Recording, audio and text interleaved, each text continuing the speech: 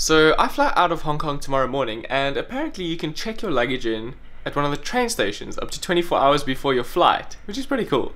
So I'm gonna do that, but first I'm gonna get some coffee and then explore the city some more.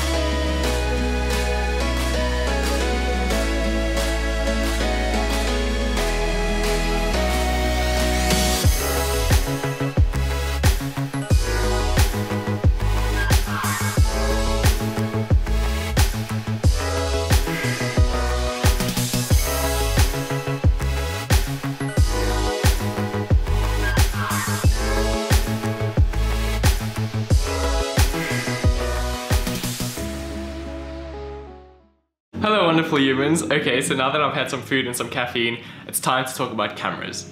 And the camera we're going to be talking about is the Sony A6500.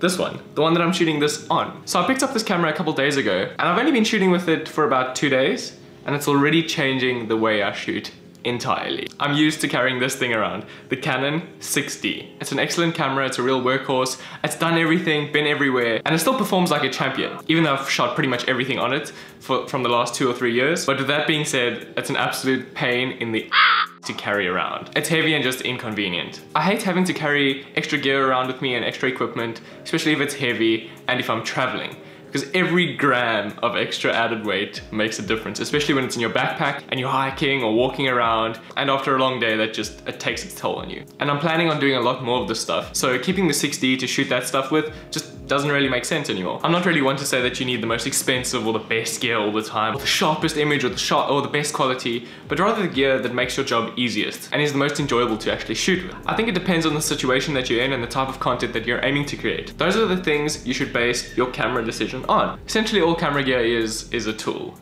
It's a tool that you use to create your content and create your images and create your video and to translate what's in your mind visually. The same way that a metalworker wouldn't use carpentry tools to do his metalwork, you wouldn't use a camera that doesn't suit your needs. So with that being said, there were a few things that I was going to be looking at when I got a new camera. So let's go over those.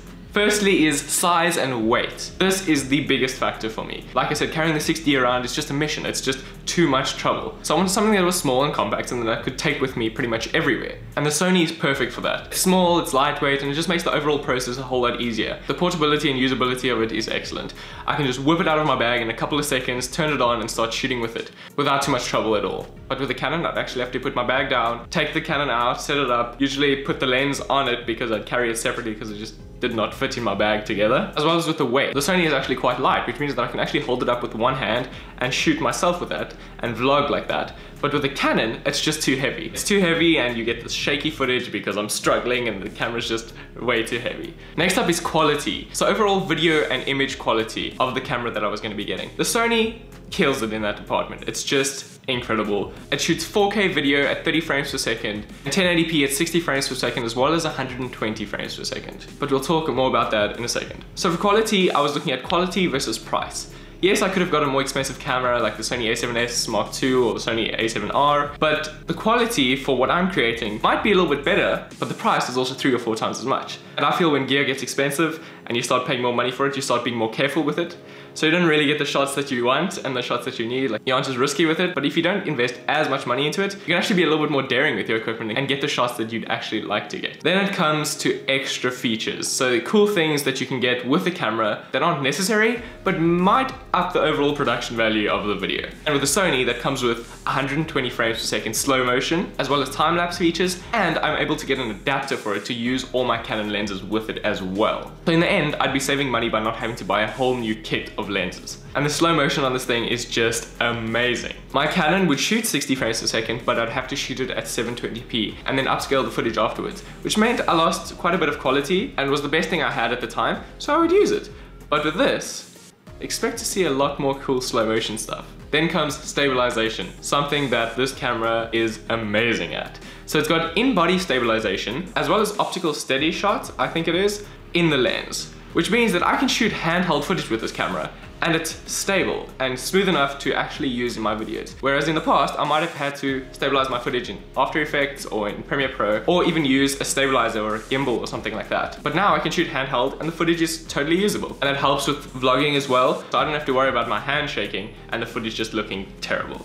Which is something that I had to consider on the Canon, especially because it's so heavy and it just amplifies the shake. Next is autofocus, which I actually really enjoy about this thing. It's got continuous face auto tracking, which means that I'll be in focus the entire time that I'm shooting, as long as I know that I'm in the middle of the screen, which is where I've set my autofocus point. On the Canon, I'd have to spend some time setting up an object, pre-focusing on it, going behind the camera to see that it's in focus, running back, standing in front of the spot where it was in focus, and then shooting. But with this, I just know that I just have to stand in front of the camera and it's going to be in focus, which is great. And it's just one of those features you might not actually think that you need, but when you've got it, it just makes the world of difference. So now that we've gone through some of the great features of the Sony, there are a few things that are a bit annoying and might sway your decision when you're getting it, but it hasn't for me. The first thing is battery life. The battery life on this camera sucks. It's just not that great. Even though I've shot most of this video on one battery and some of the previous footage, it doesn't last that long, or as long as the Canon. But it is definitely good enough. All you have to do is buy more batteries, and they are quite small, which means they don't actually take up that much space in your camera bag. It's just the struggle of switching them out, which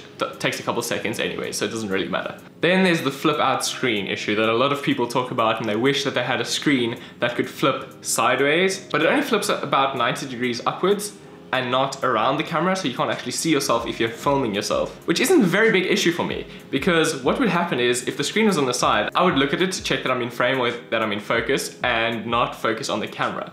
And it sort of gets this dead zombie look if I'm looking to the side of the camera the entire time. I like not having a screen on the side of it, so that it forces me to actually look into the camera and engage and talk to you guys, not talk past you. Another small annoyance would be the memory card slot and where it is. It's located in the battery compartment right next to the battery. So you actually have to open the battery compartment to take your card out, and it's quite difficult as well, which is also a very small annoyance, but it is definitely a factor to consider. But with all those little minor annoyances and things like that, I'm loving this camera so far. It's amazing, it's changing the way I'm shooting completely. It's making shooting so much easier and more of a pleasure, and the quality is just great for the size. It shoots great video, it shoots great still images, and it just makes the process painless. I'll still be hanging on to my Canon gear for a little while. As I said, I can still use those lenses on this camera, and I quite enjoy the mechanical feeling of the Canon. It almost feels like you could bulldoze a building with the shutter, and that's quite fun to shoot with.